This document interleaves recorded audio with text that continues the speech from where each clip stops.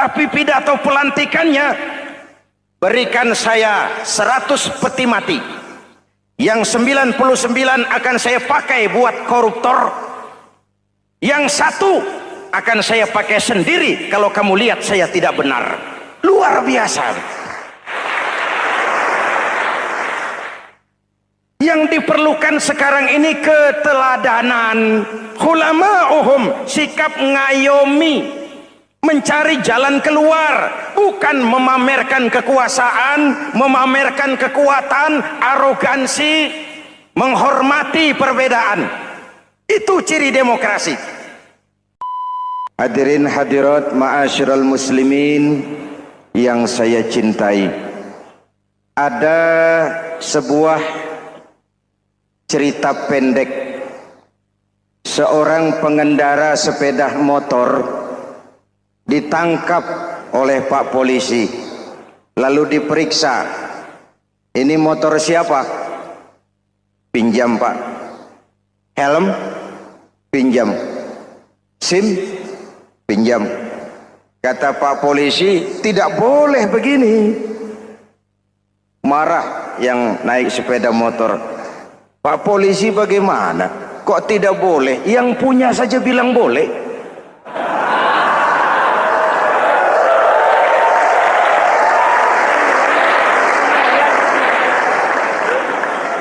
Cerita ini memberikan gambaran bagaimana masyarakat kita sekarang cenderung memboleh-bolehkan diri sendiri, melahirkan permissive society. Masyarakat serba boleh dengan ukuran sakarepe dewe. Itu sebabnya agama diturunkan. Dalam contoh yang indah, Rasul memberikan gambaran bahwa Islam ini bagaikan sebuah bangunan yang komponen pokoknya 5. Bunyal Islamu ala khamsin. Islam dibangun di atas 5 komponen pokok. Jadi kalau Islam ini ibarat bangunan, unsur penunjang pokoknya itu 5. Mari kita analogkan Islam dengan bangunan. Kalau saudara akan membangun rumah, sebelum pasang tiang, pasang genteng, pasang jendela, apa yang lebih dulu dibangun? Fondasi. Kalau Islam ibarat bangunan, fondasinya adalah syahadatu an la ilaha illallah wa anna muhammadar rasulullah. Ini fondasi. Jikalau kuat fondasi, aman bangunan. Jikalau rapuh fondasi, lentur dan luntur bangunan. Maka kuat atau tidak kuatnya bangunan Islam kita bergantung kepada keyakinan dasar tadi, fondasi. Saya bersaksi tidak ada Tuhan selain Allah, artinya saya tidak akan menyembah kecuali hanya kepada Allah. Orang yang benar fondasinya beres sujudnya. Kalau saya yakin tidak ada Tuhan selain Allah, saya tidak akan minta rezeki kecuali hanya kepada Allah. Orang yang benar fondasinya, giat bekerjanya, jauh dari tipu menipu, jauh dari renten, jauh dari riba, jauh dari korupsi, jauh dari judi. Keyakinan memberikan warna terhadap bentuk kepribadian. Kalau saya yakin tidak ada Tuhan selain Allah, saya tidak akan pernah takut kecuali hanya kepada Allah. Saya tidak akan melarikan persoalan kecuali hanya kepada Allah. Saya tidak akan menggantungkan hidup kecuali hanya kepada Allah. Saya tidak akan minta tolong kecuali hanya kepada Allah. Meresap ke dalam jiwa. Untuk keyakinan seperti ini, orang-orang tua kita dahulu berlinang air mata, bersimbah darah, bahkan berkorban nyawa, melaksanakan hijrah untuk mempertahankan keyakinan.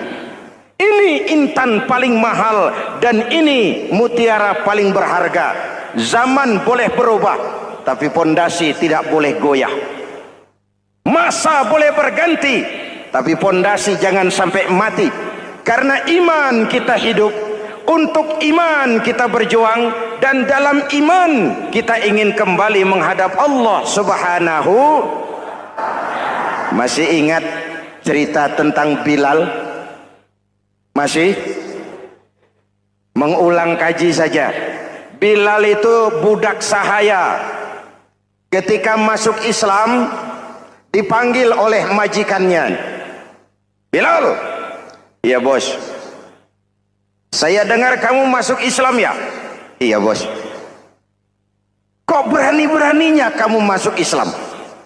Memangnya kamu budak siapa Bilal? Iya budak bos. Bos. Kamu kerja sama siapa?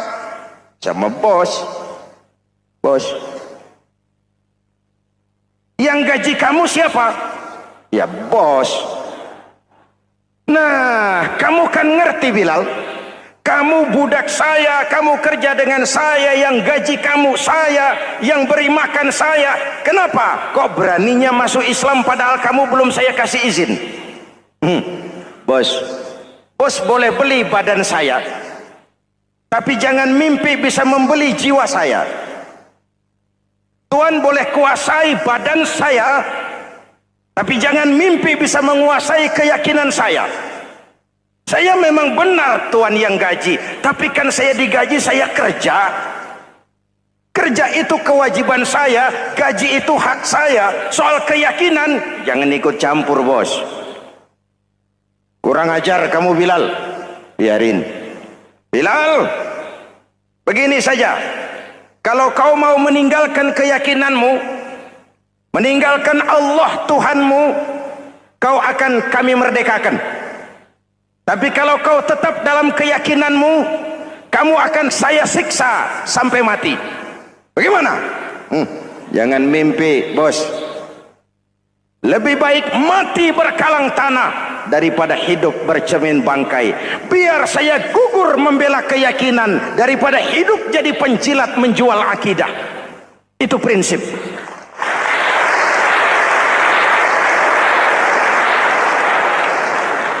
Gendeng kamu.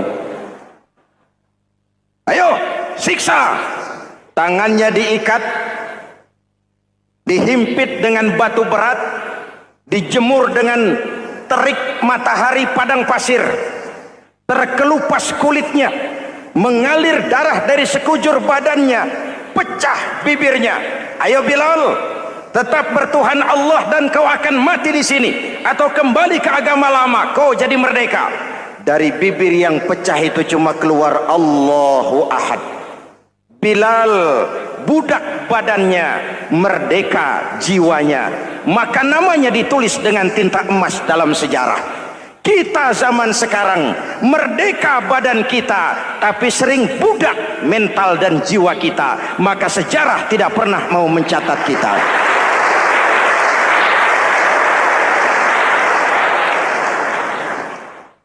Masyarul muslimin yang saya cintai, fondasi sudah. Lalu apa lagi? Mulai memancangkan tiang. Tiangnya 5. Ada tiang namanya zuhur, asar, maghrib, subuh, isya. Tetapi agar bangunan menjadi kuat, ada tiang-tiang tambahan. Namanya rawatib dan nawafil. Rawatib itu ba'diyah atau qobliyah, nawafil itu di luar itu.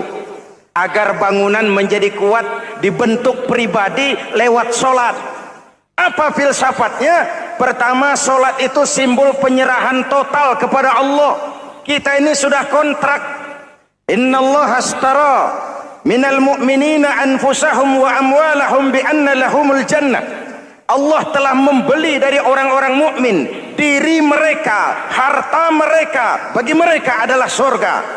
Penjual kita orang beriman, pembeli Allah, dagangannya amwal dan anfus, harganya adalah surga.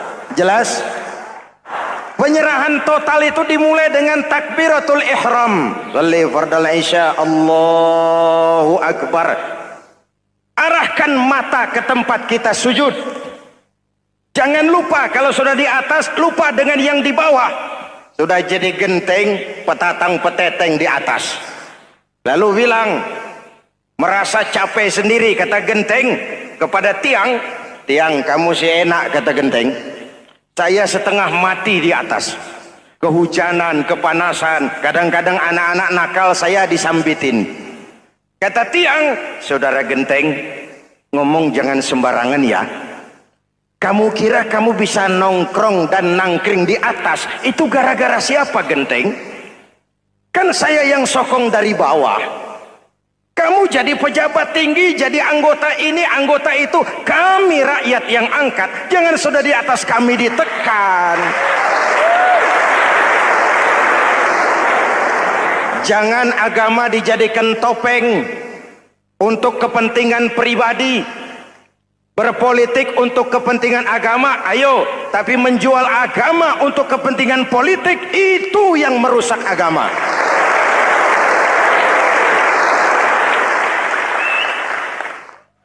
Ini kan kita lagi prihatin sedang meluncur kasus Bulog Gate 2. Innalillahi wa inna ilaihi raji'un. Kita lihat sajalah para petinggi kita sekarang bagaimana menyikapi hukum. Sebab saya dengar ada bargaining, orang takut teriak maling sapi karena DE maling wedus.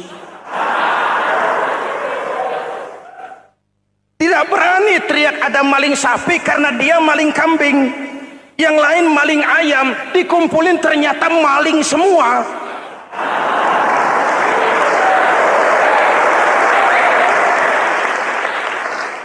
Hadirin yang saya hormati, ini melukai rasa keadilan. Oleh karena itu sholat mengajarkan kepada kita, dalam posisi berdiri, lihat tempat sujudmu. Jangan menteleng terus ke atas, lalu lupa dari mana kita berangkat. Itulah maknanya tawadhu, rendah hati, tidak melonjak angkuh dan sombong. Ada sebuah hadis Rasulullah bersabda, "Idza aradallahu biqaumin khairan." Apabila Allah menginginkan kebaikan kepada satu bangsa, apabila Allah menginginkan kebaikan kepada satu kelompok rakyat, walla alaihim khulama'uhum, maka yang naik jadi pemimpin adalah orang-orang yang santun, orang-orang yang lemah lembut, bukan orang yang menggunakan kekerasan dan tiran, sedikit-sedikit main pecat. Itu terlambat lahir. Mestinya lahir di zaman Hitler, mestinya lahir di zaman Benito Mussolini, atau kalau mau lebih klasik lagi di zaman Fir'aun. Kalau Allah menginginkan kebaikan kepada satu masyarakat, satu bangsa, satu negara, naiklah orang-orang yang santun, yang ngayomi, yang menjadi solusi dan jalan keluar untuk kepentingan rakyatnya, mampu memberikan keteladanan. Saya tertarik dengan pidato Presiden Cina pada saat dilantik.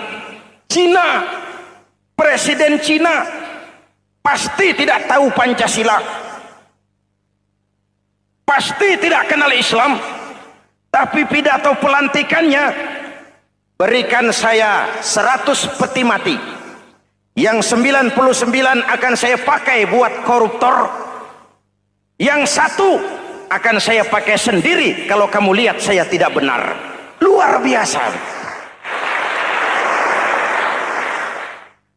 Yang diperlukan sekarang ini keteladanan, khulama'uhum, sikap ngayomi, mencari jalan keluar, bukan memamerkan kekuasaan, memamerkan kekuatan, arogansi, menghormati perbedaan. Itu ciri demokrasi.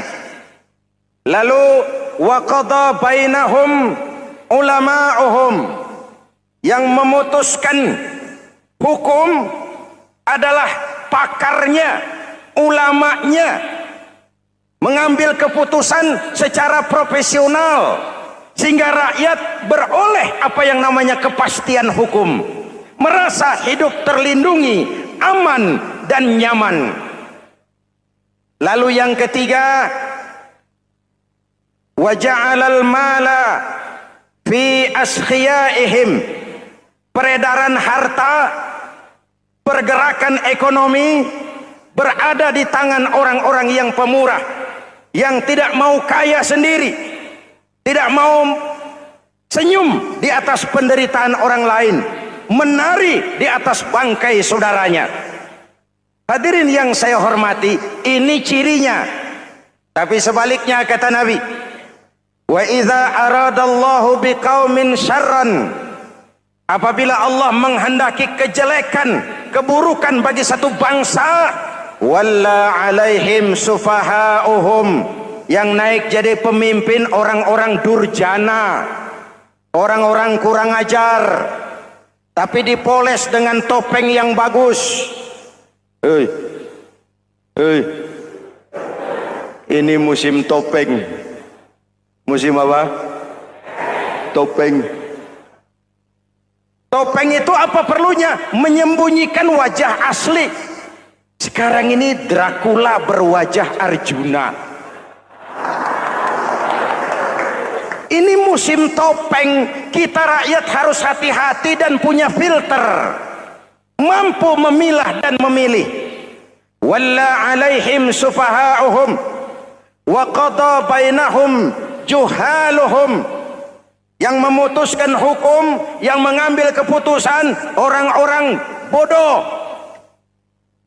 Wa ja'alal mala fi bukhalaihim, peredaran harta, peredaran ekonomi jatuh di tangan orang-orang yang bakhil, yang tidak punya konsep menciptakan kemakmuran yang merata bagi seluruh rakyat Indonesia.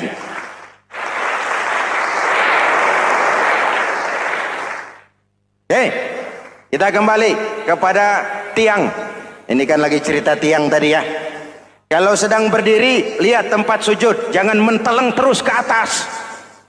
Terserang penyakit tamak bin rakus alias serakah. Nah, selesai. Anggota badan yang paling terhormat ini kepala. Ketika sujud, sama rendahnya dengan telapak kaki. Allahu Akbar, yang besar cuma Allah. Apa bedanya saya dengan saudara? Tidak ada, kecuali saya ngomong saudara dengerin. Kita sama-sama beribadah, sama-sama mencari nilai tambah di hadapan Allah. Apa saya lebih penting dari saudara? Belum tentu. Apa saya lebih hebat dari saudara? Belum tentu. Perasaan lebih penting, lebih hebat, lebih jago setan. Jelas? Ayo tundukkan kepala, dia sama rendahnya dengan telapak kaki kita. Yang besar cuma Allah. Allahu Akbar. Lalu diakhiri dengan menebarkan salam. Assalamualaikum warahmatullah. Assalamualaikum warahmatullah. Menebarkan salam, mewujudkan rasa aman, damai, bukan menimbulkan keresahan. Hadirin yang saya hormati, ini karakteristik kita. Selesai sholat, kembali ke masyarakat, ajaran salam diterjemahkan. Apa? Rasulullah sallallahu alaihi wasallam bersabda, "Ufsus salam, wasilul arham, wa at'imut ta'am, wa sallu bil laili wan nas niyam, tadkhulul jannata bisalam." Pertama, ufsus salam, tebarkan salam. Tebarkan salam itu bukan cuma kalau ketemu orang, Assalamualaikum, Assalamualaikum. Iya, itu zahirnya. Tetapi hidup di tengah masyarakat memberikan rasa aman, rasa damai, menjadi pengayom bagi lingkungan, menjadi rahmah bagi semesta. Dalam Islam jangankan manusia, binatang saja dilindungi kok. Betul? Betul? Coba kalau belajar istinja itu kan makruh buang air kecil di tanah yang berlubang. Kenapa? Pertama, melindungi binatang yang ada dalam lubang. Siapa tahu di lubang yang saudara kencingi ada semut sedang rapat membahas Bologet jilid 2. Apa dosanya lalu mati dikencingi? Ini namanya rahmatan lis semut. Binatang saja dilindungi. Ada hadis, kalau kamu menyembelih hewan, sembelilah dengan cara yang terbaik. Jangan menyembelih ayam dengan pisau tumpul. Ini ajaran apa? Ajaran tentang peri kebinatangan. rahmatan, memberikan rahmah, salam, keselamatan dan kedamaian kepada masyarakat lingkungan. Itu misi seorang muslim.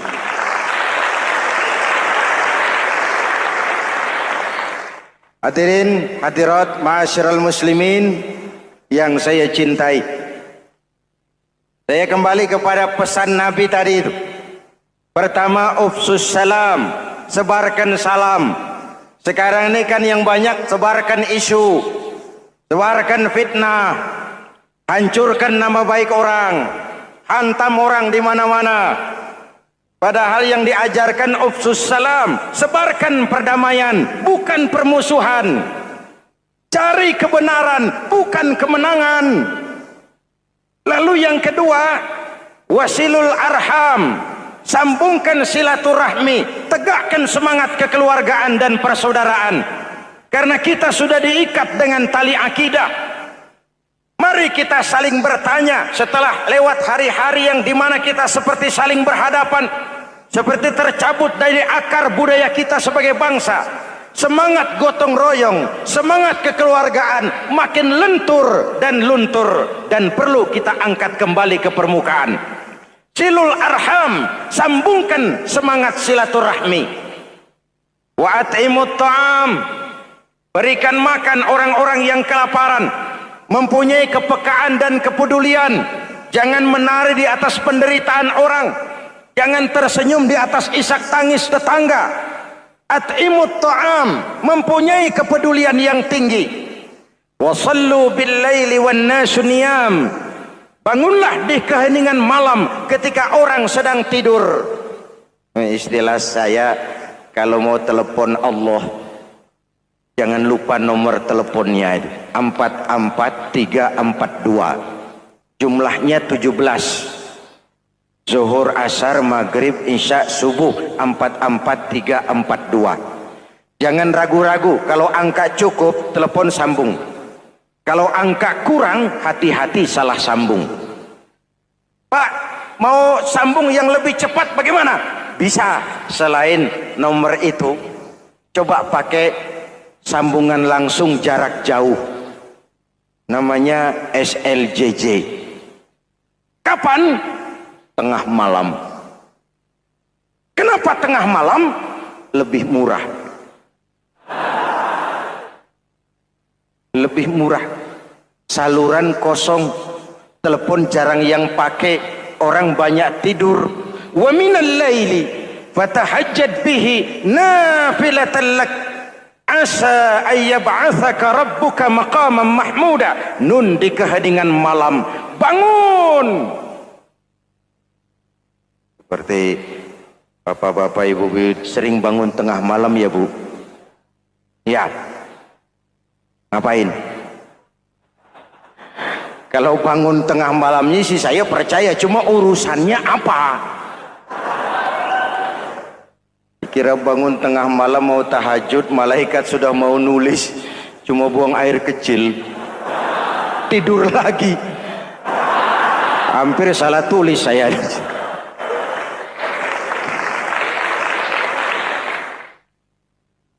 Baik, fondasi sudah Pak, tiang siap, lalu apa lagi? Nah, rumah itu supaya ada batas, perlu pagar, dinding, tembok. Yang jadi batas, dinding, tembok, puasa. Asyamu junnatun, puasa adalah dinding, benteng yang menyelamatkan manusia jangan sampai menyentuh wilayah lain. Ada batas-batas dan norma yang diindahkan. Selesai, tembok, dinding, selesai. Pagar, selesai. Lah rumah itu supaya bersih, kan harus ada kamar mandi, jendela, pintu, yang fungsinya membersihkan zakat. Kalau dia zakatul mal, dia bersihkan harta kita. Kalau dia zakatul fitrah, dia bersihkan jiwa kita. Kalau dia zakatul tijarah, dia bersihkan bisnis kita. Kalau dia zakatul ma'adin, dia bersihkan barang tambang kita. Karena itu dalam kitab-kitab fikih dikatakan zakat itu adalah harta yang tu'khazu min aghniyaihim wa turaddu ila fuqaraihim. Kiai Haji Zainuddin Hamidi, atau dikenal sebagai Kiai Haji Zainuddin MZ. Beliau lahir pada tanggal 2 Maret 1952. Kiai Haji Zainuddin MZ adalah seorang pemuka agama Islam di Indonesia yang populer melalui ceramahnya di radio dan televisi. Julukannya adalah Dai Berjuta Umat, karena dakwahnya yang dapat menyentuh seluruh lapisan masyarakat. Dan ia pernah menjabat sebagai Ketua Umum Partai Bintang Reformasi, kemudian digantikan oleh Bursah Zarnubi. Kiai Haji Zainuddin MZ merupakan anak tunggal buah cinta pasangan Turmudzi dan Zainabun dari keluarga Betawi asli. Ayahnya yang pensiunan pegawai PLN adalah seorang yang taat beragama, sementara ibunya seorang ibu rumah tangga. Sejak umur 2 tahun, Kiai Haji Zainuddin MZ sudah ditinggal sang ayah. Untuk memenuhi kebutuhan hidupnya, sejak kecil Kiai Haji Zainuddin MZ sering membantu sang ibu untuk berjualan nasi uduk. Selama 6 tahun Kiai Haji Zainuddin MZ mengenyam pendidikan di bawah asuhan Kiai Haji Idam Chalid, ulama karismatik asal Kalimantan, sekaligus politisi ulung yang pernah menjabat sebagai Ketua MPR dan Ketua DPR pada periode 1971 sampai 1977. Kiai Haji Zainuddin MZ ini semakin dikenal masyarakat ketika ceramahnya mulai memasuki dunia rekaman. Kasetnya beredar bukan saja di seluruh pelosok Nusantara, tetapi juga ke beberapa negara Asia. Kiai Haji Zainuddin MZ pernah diangkat menjadi anggota Majelis Permusyawaratan Rakyat Republik Indonesia periode 1997 sampai 1999. Beliau pernah mengisi di suatu acara TV, seperti acara Tabligh Akbar Ramadan, Indosiar mulai dari tahun 2000 sampai tahun 2001. Acara TV pengantar sahur dan berbuka puasa, Indosiar, dari tahun 1999 sampai 2002. Dakwah puasa acara TV SCTV dari tahun 1991 sampai 2001. Kiai Haji Zainuddin MZ meninggal dunia pada 5 Juli 2011 dalam perjalanan menuju Rumah Sakit Pusat Pertamina karena serangan jantung dan gula darah. Ia meninggal setelah sarapan bersama keluarga di rumahnya Gandaria 1, Kebayoran Baru, Jakarta Selatan. Itulah biografi singkat dari beliau. Mari kita kirimkan Al-Fatihah untuk beliau, Kiai Haji Zainuddin MZ. Jikalau kuat fondasi, aman bangunan. Jikalau rapuh pondasi, lentur dan luntur bangunan. Maka kuat atau tidak kuatnya bangunan Islam kita bergantung kepada keyakinan dasar tadi, fondasi. Saya bersaksi tidak ada Tuhan selain Allah. Artinya saya tidak akan menyembah kecuali hanya kepada Allah. Orang yang benar fondasinya beres sujudnya. Kalau saya yakin tidak ada Tuhan selain Allah, saya tidak akan minta rezeki kecuali hanya kepada Allah. Orang yang benar fondasinya, giat bekerjanya, jauh dari tipu menipu, jauh dari renten, jauh dari riba, jauh dari korupsi, jauh dari judi. Keyakinan memberikan warna terhadap bentuk kepribadian. Kalau saya yakin tidak ada Tuhan selain Allah, saya tidak akan pernah takut kecuali hanya kepada Allah. Saya tidak akan melarikan persoalan kecuali hanya kepada Allah. Saya tidak akan menggantungkan hidup kecuali hanya kepada Allah. Saya tidak akan minta tolong kecuali hanya kepada Allah. Meresap ke dalam jiwa. Untuk keyakinan seperti ini, orang-orang tua kita dahulu berlinang air mata, bersimbah darah, bahkan berkorban nyawa, melaksanakan hijrah untuk mempertahankan keyakinan. Ini intan paling mahal dan ini mutiara paling berharga. Zaman boleh berubah, tapi pondasi tidak boleh goyah. Masa boleh berganti, tapi pondasi jangan sampai mati. Karena iman kita hidup, untuk iman kita berjuang, dan dalam iman kita ingin kembali menghadap Allah Subhanahu. Masih ingat cerita tentang Bilal? Masih? Mengulang kaji saja. Bilal itu budak sahaya. Ketika masuk Islam, dipanggil oleh majikannya. Bilal, iya bos. Saya dengar kamu masuk Islam ya? Iya bos. Kok berani-beraninya kamu masuk Islam? Memangnya kamu budak siapa Bilal?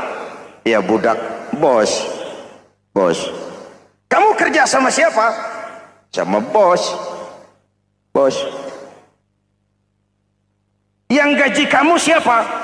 Ya bos. Nah, kamu kan ngerti Bilal.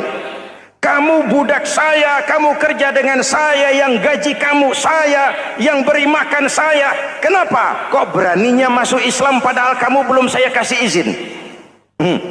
Bos, bos boleh beli badan saya, tapi jangan mimpi bisa membeli jiwa saya. Tuhan boleh kuasai badan saya, tapi jangan mimpi bisa menguasai keyakinan saya. Saya memang benar Tuhan yang gaji, tapi kan saya digaji, saya kerja. Kerja itu kewajiban saya, gaji itu hak saya. Soal keyakinan, jangan ikut campur bos. Kurang ajar kamu Bilal. Biarin. Bilal, begini saja. Kalau kau mau meninggalkan keyakinanmu, meninggalkan Allah Tuhanmu, kau akan kami merdekakan. Tapi kalau kau tetap dalam keyakinanmu, kamu akan saya siksa sampai mati. Bagaimana? Jangan mimpi, bos. Lebih baik mati berkalang tanah daripada hidup bercermin bangkai. Biar saya gugur membela keyakinan daripada hidup jadi penjilat menjual akidah. Itu prinsip.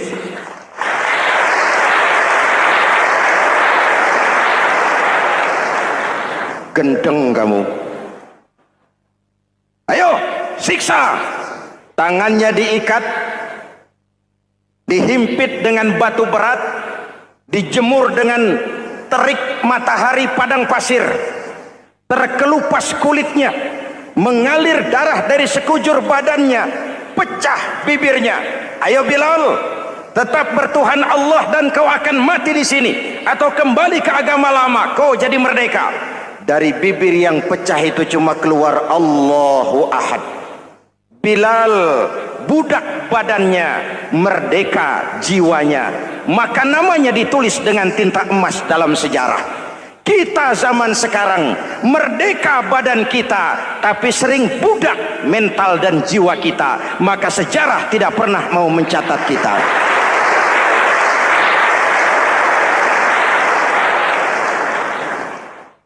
Ma'asyiral muslimin yang saya cintai, fondasi sudah.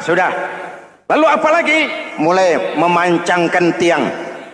Tiangnya 5. Ada tiang namanya zuhur, asar, maghrib, subuh, isya. Tetapi agar bangunan menjadi kuat, ada tiang-tiang tambahan. Namanya rawatib dan nawafil. Rawatib itu ba'diyah atau qobliyah, nawafil itu di luar itu. Agar bangunan menjadi kuat, dibentuk pribadi lewat solat. Apa filsafatnya? Pertama, solat itu simbol penyerahan total kepada Allah. Kita ini sudah kontrak.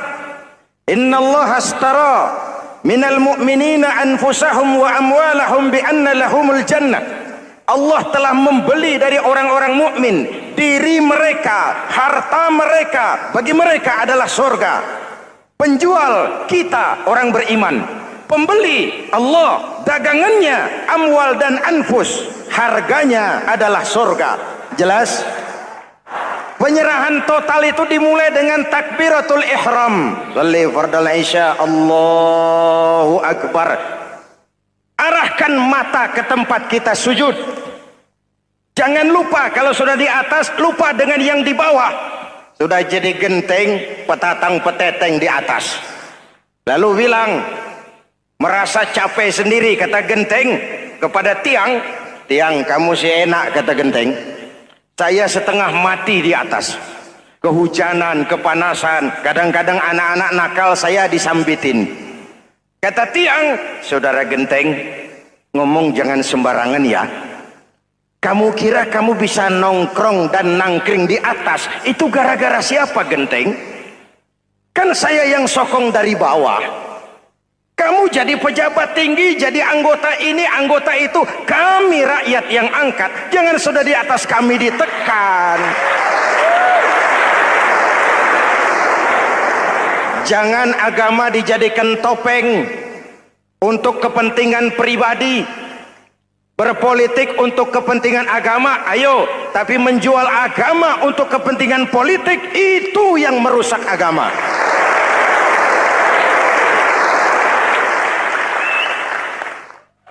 Ini kan kita lagi prihatin sedang meluncur kasus Bulog Gate 2. Innalillahi wa inna ilaihi raji'un. Kita lihat sajalah para petinggi kita sekarang bagaimana menyikapi hukum. Sebab saya dengar ada bargaining, orang takut teriak maling sapi karena DE maling wedus. Tidak berani teriak ada maling sapi karena dia maling kambing. Yang lain maling ayam, dikumpulin ternyata maling semua.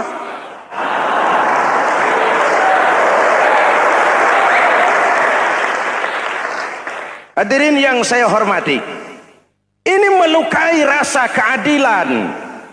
Oleh karena itu, sholat mengajarkan kepada kita, dalam posisi berdiri, lihat tempat sujudmu. Jangan menteleng terus ke atas, lalu lupa dari mana kita berangkat. Itulah maknanya tawadhu, rendah hati, tidak melonjak angku dan sombong. Ada sebuah hadis, Rasulullah bersabda, "Idza aradallahu biqaumin khairan." Apabila Allah menginginkan kebaikan kepada satu bangsa, apabila Allah menginginkan kebaikan kepada satu kelompok rakyat, walla alaihim khulama'uhum, maka yang naik jadi pemimpin adalah orang-orang yang santun, orang-orang yang lemah lembut, bukan orang yang menggunakan kekerasan dan tiran, sedikit-sedikit main pecat. Itu terlambat lahir. Mestinya lahir di zaman Hitler, mestinya lahir di zaman Benito Mussolini, atau kalau mau lebih klasik lagi di zaman Fir'aun. Kalau Allah menginginkan kebaikan kepada satu masyarakat, satu bangsa, satu negara, naiklah orang-orang yang santun, yang ngayomi, yang menjadi solusi dan jalan keluar untuk kepentingan rakyatnya, mampu memberikan keteladanan. Saya tertarik dengan pidato Presiden Cina pada saat dilantik. Cina, Presiden Cina pasti tidak tahu Pancasila, pasti tidak kenal Islam, tapi pidato pelantikannya, berikan saya 100 peti mati, yang 99 akan saya pakai buat koruptor, yang satu akan saya pakai sendiri kalau kamu lihat saya tidak benar. Luar biasa. Yang diperlukan sekarang ini keteladanan, khulama'uhum, sikap ngayomi, mencari jalan keluar, bukan memamerkan kekuasaan, memamerkan kekuatan, arogansi, menghormati perbedaan. Itu ciri demokrasi. Lalu waqadha bainahum ulama'uhum, yang memutuskan hukum adalah pakarnya, ulamanya, mengambil keputusan secara profesional sehingga rakyat beroleh apa yang namanya kepastian hukum, merasa hidup terlindungi, aman dan nyaman. Lalu yang ketiga, wa ja'alal mala fi askhiyaihim, peredaran harta, pergerakan ekonomi berada di tangan orang-orang yang pemurah, yang tidak mau kaya sendiri, tidak mau senyum di atas penderitaan orang lain, menari di atas bangkai saudaranya. Hadirin yang saya hormati, ini cirinya. Tapi sebaliknya kata Nabi, wa idza aradallahu biqaumin syarran, apabila Allah menghendaki kejelekan, keburukan bagi satu bangsa, walla alaihim sufaha'uhum, yang naik jadi pemimpin orang-orang durjana, orang-orang kurang ajar, tapi dipoles dengan topeng yang bagus. Hei, hei, ini musim topeng. Musim apa? Topeng. Topeng itu apa perlunya? Menyembunyikan wajah asli.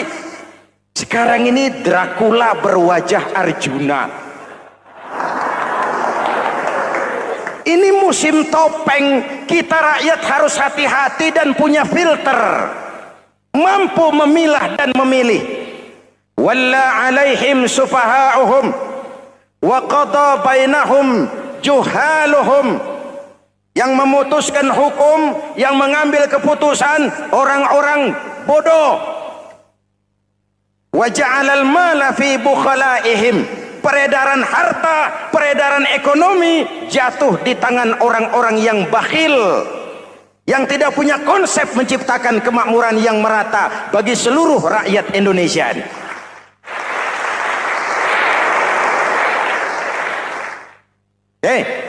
Kita kembali kepada tiang. Ini kan lagi cerita tiang tadi ya.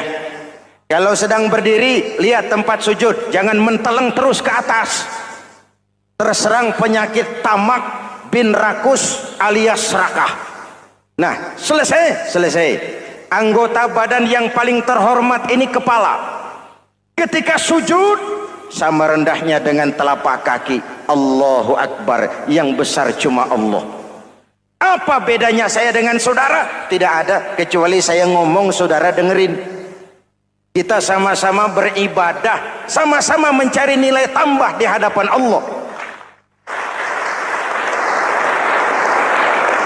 Apa saya lebih penting dari saudara? Belum tentu. Apa saya lebih hebat dari saudara? Belum tentu. Perasaan lebih penting, lebih hebat, lebih jago setan.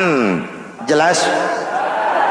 Ayo tundukkan kepala. Dia sama rendahnya dengan telapak kaki kita. Yang besar cuma Allah. Allahu Akbar. Lalu diakhiri dengan menebarkan salam. Assalamualaikum warahmatullah. Assalamualaikum warahmatullah. Menebarkan salam. Mewujudkan rasa aman, damai. Bukan menimbulkan keresahan.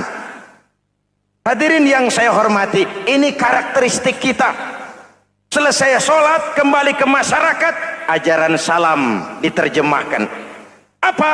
Rasulullah sallallahu alaihi wasallam bersabda, "Ufsus salam, wasilul arham, wa at'imut ta'am, wa sallu bil laili wan nasu niyam, tadkhulul jannata bisalam."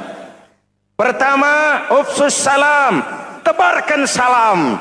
Tebarkan salam itu bukan cuma kalau ketemu orang assalamualaikum, assalamualaikum. Iya, itu zahirnya. Tetapi hidup di tengah masyarakat memberikan rasa aman, rasa damai, menjadi pengayom bagi lingkungan, menjadi rahmah bagi semesta. Dalam Islam jangankan manusia, binatang saja dilindungi kok. Betul? Betul? Coba kalau belajar istinja itu kan makruh buang air kecil di tanah yang berlubang. Kenapa? Pertama, melindungi binatang yang ada dalam lubang. Siapa tahu di lubang yang saudara kencingi ada semut sedang rapat. Membahas Bologet jilid 2. Apa dosanya lalu mati dikencingi? Ini namanya rahmatan lis semut.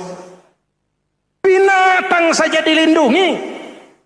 Ada hadis, kalau kamu menyembelih hewan, sembelilah dengan cara yang terbaik.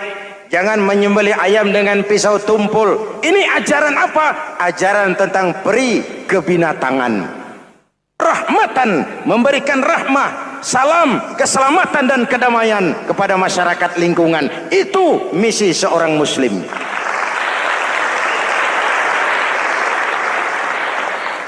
Hadirin, hadirat, ma'asyiral muslimin yang saya cintai. Saya kembali kepada pesan Nabi tadi itu. Pertama, ufsus salam, sebarkan salam. Sekarang ini kan yang banyak sebarkan isu, sebarkan fitnah, hancurkan nama baik orang, hantam orang di mana-mana. Padahal yang diajarkan ufsus salam, sebarkan perdamaian, bukan permusuhan. Cari kebenaran, bukan kemenangan. Lalu yang kedua, wasilul arham, sambungkan silaturahmi, tegakkan semangat kekeluargaan dan persaudaraan. Karena kita sudah diikat dengan tali akidah. Mari kita saling bertanya setelah lewat hari-hari yang dimana kita seperti saling berhadapan, seperti tercabut dari akar budaya kita sebagai bangsa. Semangat gotong royong, semangat kekeluargaan makin lentur dan luntur, dan perlu kita angkat kembali ke permukaan. Silul arham, sambungkan semangat silaturahmi. Wa at'imut ta'am, berikan makan orang-orang yang kelaparan. Mempunyai kepekaan dan kepedulian. Jangan menari di atas penderitaan orang, jangan tersenyum di atas isak tangis tetangga. At'imut ta'am, mempunyai kepedulian yang tinggi.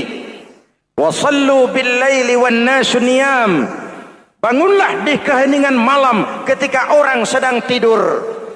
Istilah saya, kalau mau telepon Allah, jangan lupa nomor teleponnya itu 44342. Jumlahnya 17.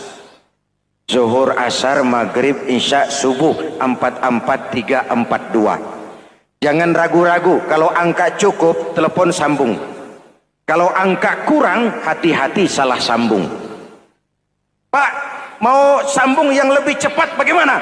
Bisa, selain nomor itu coba pakai sambungan langsung jarak jauh, namanya SLJJ. Kapan? Tengah malam. Kenapa tengah malam? Lebih murah. Lebih murah. Saluran kosong, telepon jarang yang pakai, orang banyak tidur. Wa minal laili fatahajjad bihi nafilatan lak asa ayyab'atsaka rabbuka maqaman mahmuda. Nun, di keheningan malam bangun. Seperti bapak-bapak, ibu-ibu sering bangun tengah malam ya Bu? Ya. Ngapain? Kalau bangun tengah malamnya sih saya percaya, cuma urusannya apa? Kira bangun tengah malam mau tahajud, malaikat sudah mau nulis, cuma buang air kecil, tidur lagi. Hampir salah tulis saya.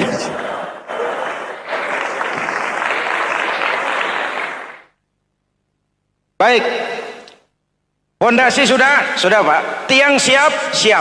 Lalu apa lagi? Nah, rumah itu supaya ada batas, perlu pagar, dinding, tembok.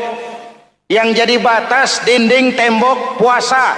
Asyamu junnatun, puasa adalah dinding, benteng yang menyelamatkan manusia jangan sampai menyentuh wilayah lain. Ada batas-batas dan norma yang diindahkan. Selesai, tembok, dinding, selesai. Pagar, selesai. Lah rumah itu supaya bersih, kan harus ada kamar mandi, jendela, pintu, yang fungsinya membersihkan zakat. Kalau dia zakatul mal, dia bersihkan harta kita. Kalau dia zakatul fitrah, dia bersihkan jiwa kita. Kalau dia zakatul tijarah, dia bersihkan bisnis kita. Kalau dia zakatul ma'adin, dia bersihkan barang tambang kita.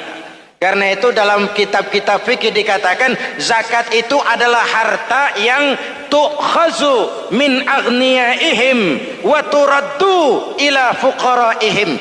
Jikalau kuat fondasi, aman bangunan. Jikalau rapuh fondasi, lentur dan luntur bangunan. Maka kuat atau tidak kuatnya bangunan Islam kita bergantung kepada keyakinan dasar tadi, fondasi. Saya bersaksi tidak ada Tuhan selain Allah, artinya saya tidak akan menyembah kecuali hanya kepada Allah. Orang yang benar fondasinya beres sujudnya. Kalau saya yakin tidak ada Tuhan selain Allah, Saya tidak akan minta rezeki kecuali hanya kepada Allah. Orang yang benar fondasinya, giat bekerjanya, jauh dari tipu menipu, jauh dari renten, jauh dari riba, jauh dari korupsi, jauh dari judi. Keyakinan memberikan warna terhadap bentuk kepribadian. Kalau saya yakin tidak ada Tuhan selain Allah, saya tidak akan pernah takut kecuali hanya kepada Allah. Saya tidak akan melarikan persoalan kecuali hanya kepada Allah. Saya tidak akan menggantungkan hidup kecuali hanya kepada Allah. Saya tidak akan minta tolong kecuali hanya kepada Allah. Meresap ke dalam jiwa. Untuk keyakinan seperti ini, orang-orang tua kita dahulu berlinang air mata, bersimbah darah, bahkan berkorban nyawa, melaksanakan hijrah untuk mempertahankan keyakinan. Ini intan paling mahal dan ini mutiara paling berharga. Zaman boleh berubah, tapi pondasi tidak boleh goyah. Masa boleh berganti, tapi pondasi jangan sampai mati. Karena iman kita hidup, untuk iman kita berjuang, dan dalam iman kita ingin kembali menghadap Allah Subhanahu.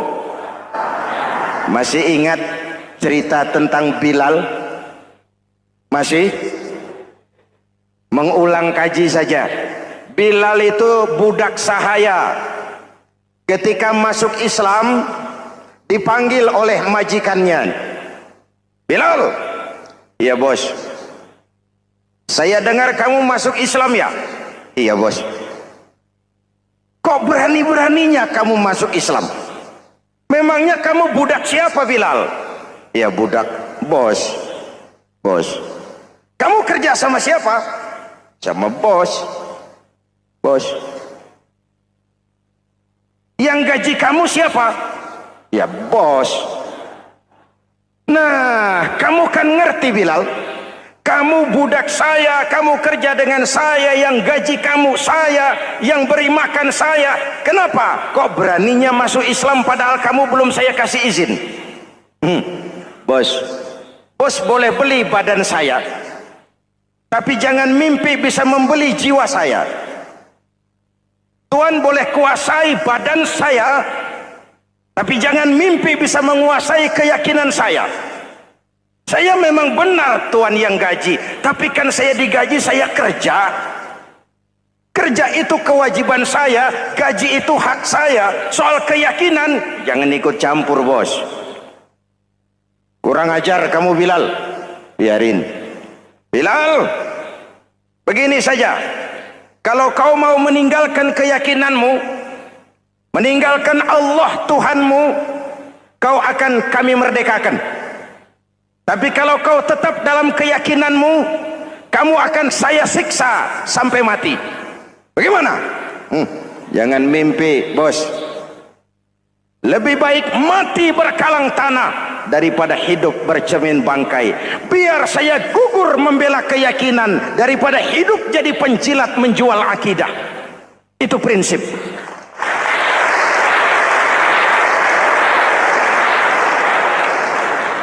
Gendeng kamu. Ayo, siksa. Tangannya diikat, dihimpit dengan batu berat, dijemur dengan terik matahari padang pasir, terkelupas kulitnya, mengalir darah dari sekujur badannya, pecah bibirnya. Ayo Bilal, tetap bertuhan Allah dan kau akan mati di sini, atau kembali ke agama lama, kau jadi merdeka. Dari bibir yang pecah itu cuma keluar Allahu Ahad. Bilal budak badannya, merdeka jiwanya, maka namanya ditulis dengan tinta emas dalam sejarah. Kita zaman sekarang merdeka badan kita, tapi sering budak mental dan jiwa kita, maka sejarah tidak pernah mau mencatat kita.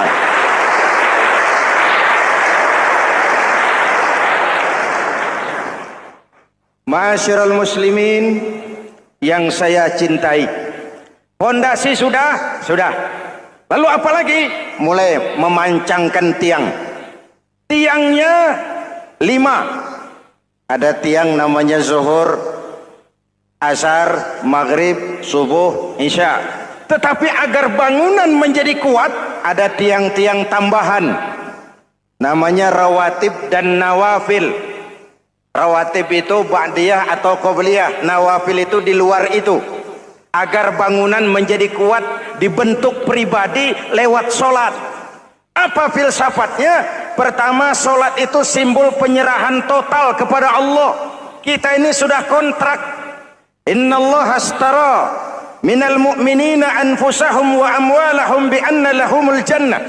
Allah telah membeli dari orang-orang mukmin diri mereka, harta mereka, bagi mereka adalah surga.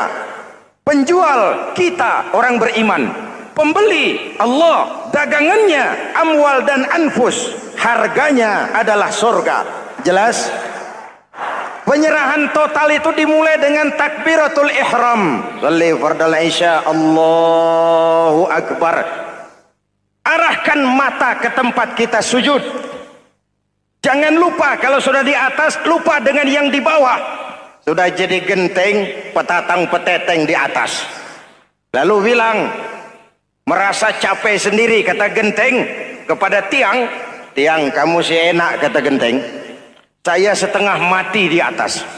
Kehujanan, kepanasan, kadang-kadang anak-anak nakal saya disambitin. Kata tiang, saudara genteng, ngomong jangan sembarangan ya. Kamu kira kamu bisa nongkrong dan nangkring di atas, itu gara-gara siapa genteng? Kan saya yang sokong dari bawah.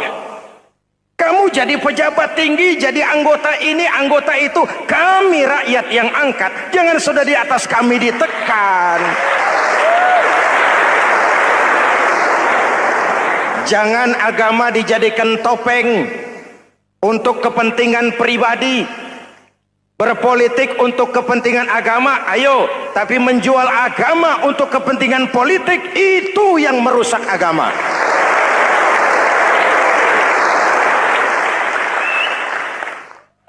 Ini kan kita lagi prihatin sedang meluncur kasus Bulog Gate 2. Innalillahi wa inna ilaihi raji'un.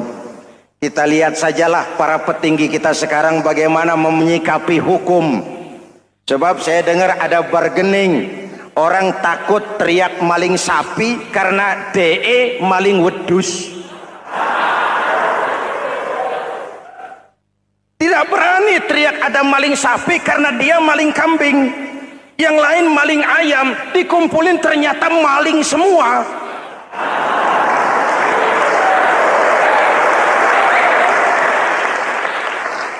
Hadirin yang saya hormati, ini melukai rasa keadilan. Oleh karena itu, sholat mengajarkan kepada kita, dalam posisi berdiri, lihat tempat sujudmu. Jangan menteleng terus ke atas, lalu lupa dari mana kita berangkat. Itulah maknanya tawadhu, rendah hati, tidak melonjak angku dan sombong. Ada sebuah hadis Rasulullah bersabda, "Idza aradallahu biqaumin khairan." Apabila Allah menginginkan kebaikan kepada satu bangsa, apabila Allah menginginkan kebaikan kepada satu kelompok rakyat, walla alaihim hulama'uhum, maka yang naik jadi pemimpin adalah orang-orang yang santun, orang-orang yang lemah lembut, bukan orang yang menggunakan kekerasan dan tiran. Sedikit-sedikit main pecat, itu terlambat lahir. Mestinya lahir di zaman Hitler, mestinya lahir di zaman Benito Mussolini, atau kalau mau lebih klasik lagi di zaman Fir'aun. Kalau Allah menginginkan kebaikan kepada satu masyarakat, satu bangsa, satu negara, naiklah orang-orang yang santun, yang ngayomi, yang menjadi solusi dan jalan keluar untuk kepentingan rakyatnya, mampu memberikan keteladanan. Saya tertarik dengan pidato Presiden Cina pada saat dilantik. Cina, Presiden Cina pasti tidak tahu Pancasila, pasti tidak kenal Islam, Tapi pidato pelantikannya, berikan saya 100 peti mati. Yang 99 akan saya pakai buat koruptor. Yang 1 akan saya pakai sendiri kalau kamu lihat saya tidak benar. Luar biasa. Yang diperlukan sekarang ini keteladanan. Hulama'uhum, sikap ngayomi, mencari jalan keluar, bukan memamerkan kekuasaan, memamerkan kekuatan, arogansi, menghormati perbedaan. Itu ciri demokrasi. Lalu wa qada bainahum ulama'uhum, yang memutuskan hukum adalah pakarnya, ulamanya, mengambil keputusan secara profesional sehingga rakyat beroleh apa yang namanya kepastian hukum, merasa hidup terlindungi, aman dan nyaman. Lalu yang ketiga,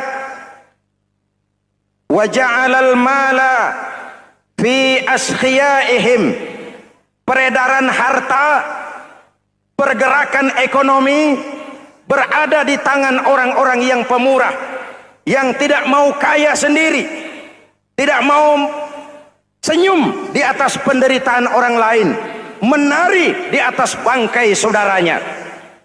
Hadirin yang saya hormati, ini cirinya. Tapi sebaliknya kata Nabi, wa idza aradallahu biqaumin syarran, apabila Allah menghendaki kejelekan, keburukan bagi satu bangsa, walla alaihim sufaha'uhum, yang naik jadi pemimpin orang-orang durjana, orang-orang kurang ajar, tapi dipoles dengan topeng yang bagus. Hei, hei, ini musim topeng. Musim apa? Topeng. Topeng itu apa perlunya? Menyembunyikan wajah asli. Sekarang ini Dracula berwajah Arjuna. Ini musim topeng. Kita rakyat harus hati-hati dan punya filter, mampu memilah dan memilih. Walla alaihim sufaha'uhum wa qada bainahum juhaluhum, yang memutuskan hukum, yang mengambil keputusan orang-orang bodoh. Wa ja'alal mala fi bukhalaihim, peredaran harta, peredaran ekonomi jatuh di tangan orang-orang yang bakhil, yang tidak punya konsep menciptakan kemakmuran yang merata bagi seluruh rakyat Indonesia.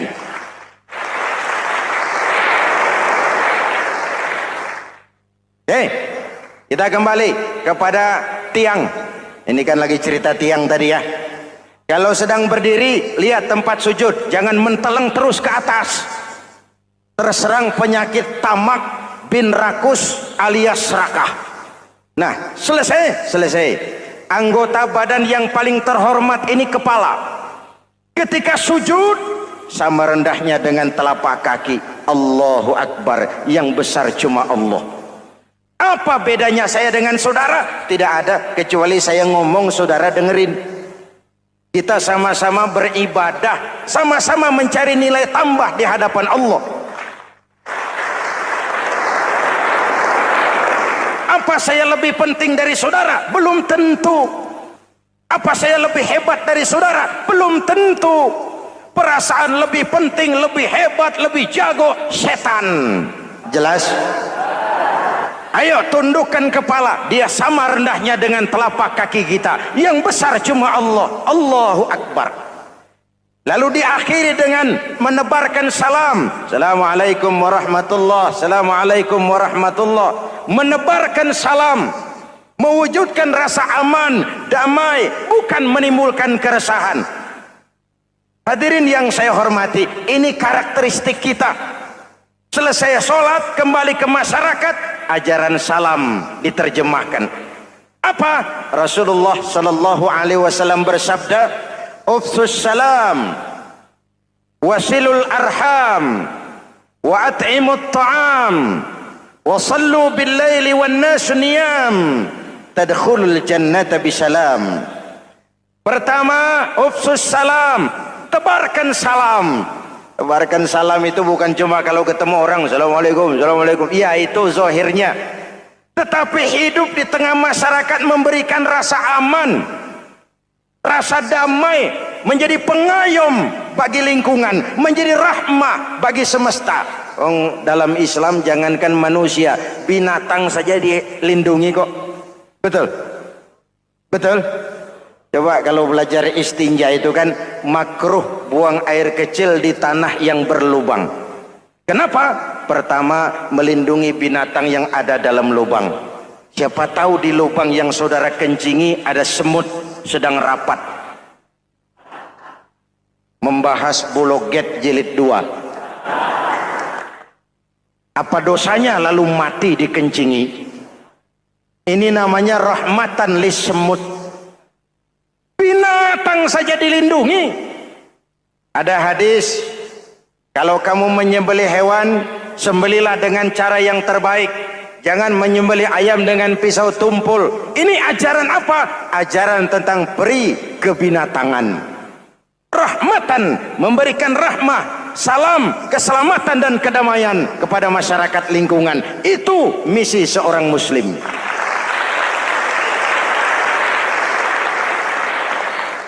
Hadirin hadirat ma'asyiral muslimin yang saya cintai, saya kembali kepada pesan Nabi tadi itu. Pertama, ufsus salam, sebarkan salam. Sekarang ini kan yang banyak sebarkan isu, sebarkan fitnah, hancurkan nama baik orang, hantam orang di mana-mana. Padahal yang diajarkan ufsus salam, sebarkan perdamaian, bukan permusuhan. Cari kebenaran, bukan kemenangan. Lalu yang kedua, wasilul arham, sambungkan silaturahmi, tegakkan semangat kekeluargaan dan persaudaraan. Karena kita sudah diikat dengan tali akidah. Mari kita saling bertanya setelah lewat hari-hari yang dimana kita seperti saling berhadapan, seperti tercabut dari akar budaya kita sebagai bangsa.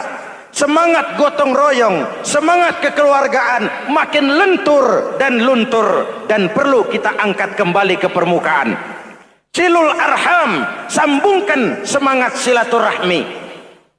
Wa at'imut ta'am, berikan makan orang-orang yang kelaparan. Mempunyai kepekaan dan kepedulian. Jangan menari di atas penderitaan orang, jangan tersenyum di atas isak tangis tetangga. At'imut ta'am, mempunyai kepedulian yang tinggi. Wasallu bil laili wan nasu niyam, bangunlah di keheningan malam ketika orang sedang tidur.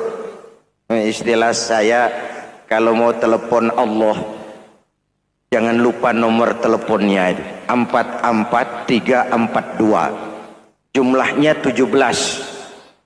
Zuhur, asar, maghrib, isya, subuh 44342. Jangan ragu-ragu. Kalau angka cukup, telepon sambung. Kalau angka kurang, hati-hati salah sambung. Pak, mau sambung yang lebih cepat bagaimana? Bisa. Selain nomor itu, coba pakai sambungan langsung jarak jauh. Namanya SLJJ. Kapan? Tengah malam. Kenapa tengah malam? Lebih murah. Lebih murah. Saluran kosong, telepon jarang yang pakai, orang banyak tidur. Wa minal laili fatahajjad bihi nafilatan lak asa ayyab'atsaka rabbuka maqaman mahmuda. Nun di keheningan malam, bangun. Seperti bapak-bapak, ibu-ibu sering bangun tengah malam ya Bu? Ya. Ngapain? Kalau bangun tengah malamnya sih saya percaya, cuma urusannya apa? Kira bangun tengah malam mau tahajud, malaikat sudah mau nulis, cuma buang air kecil, tidur lagi. Hampir salah tulis saya.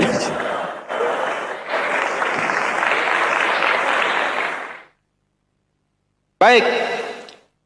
Pondasi sudah Pak. Tiang siap? Siap. Lalu apa lagi? Nah, rumah itu supaya ada batas, perlu pagar, dinding, tembok. Yang jadi batas, dinding, tembok, puasa. Asyamu junnatun. Puasa adalah dinding, benteng yang menyelamatkan manusia jangan sampai menyentuh wilayah lain. Ada batas-batas dan norma yang diindahkan.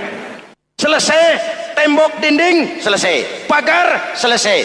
Lah rumah itu supaya bersih, kan harus ada kamar mandi, jendela, pintu, yang fungsinya membersihkan zakat. Kalau dia zakatul mal, dia bersihkan harta kita. Kalau dia zakatul fitrah, dia bersihkan jiwa kita. Kalau dia zakatul tijarah, dia bersihkan bisnis kita. Kalau dia zakatul ma'adin, dia bersihkan barang tambang kita. Karena itu dalam kitab-kitab fikih dikatakan zakat itu adalah harta yang tu'khazu min aghniyaihim wa turaddu ila fuqaraihim.